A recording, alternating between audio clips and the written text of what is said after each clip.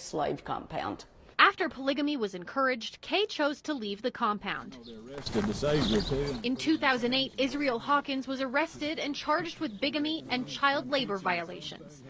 2 different birth certificates of children born at the house of Yahweh had Israel listed as the child's father. But the bigamy charges were dropped after members said they had no knowledge of Israel's supposed multiple wives. Kay says that could be because of a wedding ceremony vow that attendees are forced to sign. I will deny that any event ever took place.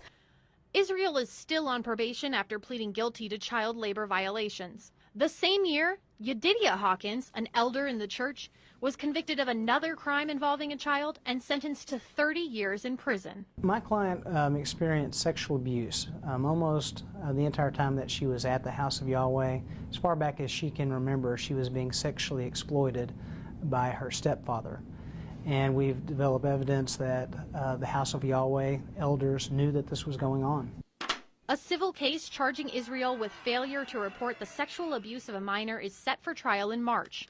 Brian Butcher, the young female's lawyer, says this was Israel's response. They think that her stepfather, who's in prison for what he did to her, was wrongfully convicted and that he's some sort of a martyr. She's been exploited, and I think she feels like the house of Yahweh knew it was happening. They let her down. They should have protected her.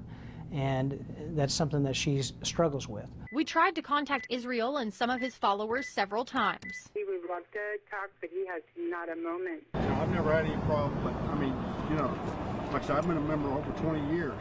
Butcher says after talking to dozens of former and current House of Yahweh members, he's learned that the practice of marrying minor females to elder males is common. I think there are members within the house of Yahweh who are exploited financially, emotionally, and sexually.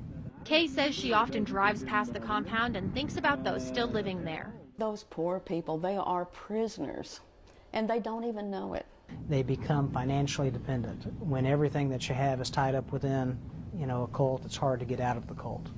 They are advised, if they leave the house of Yahweh, they are doomed to burn in hell. That's why Kay spent 17 years writing this book to help herself heal and reach out to former House of Yahweh members. It was as though I had been confined in a concentration camp against my will. If you have someone who understands and you have someone to say, I know exactly how you feel, that is a powerful validation. Because people who have never been through something like this have no idea. It's a different world.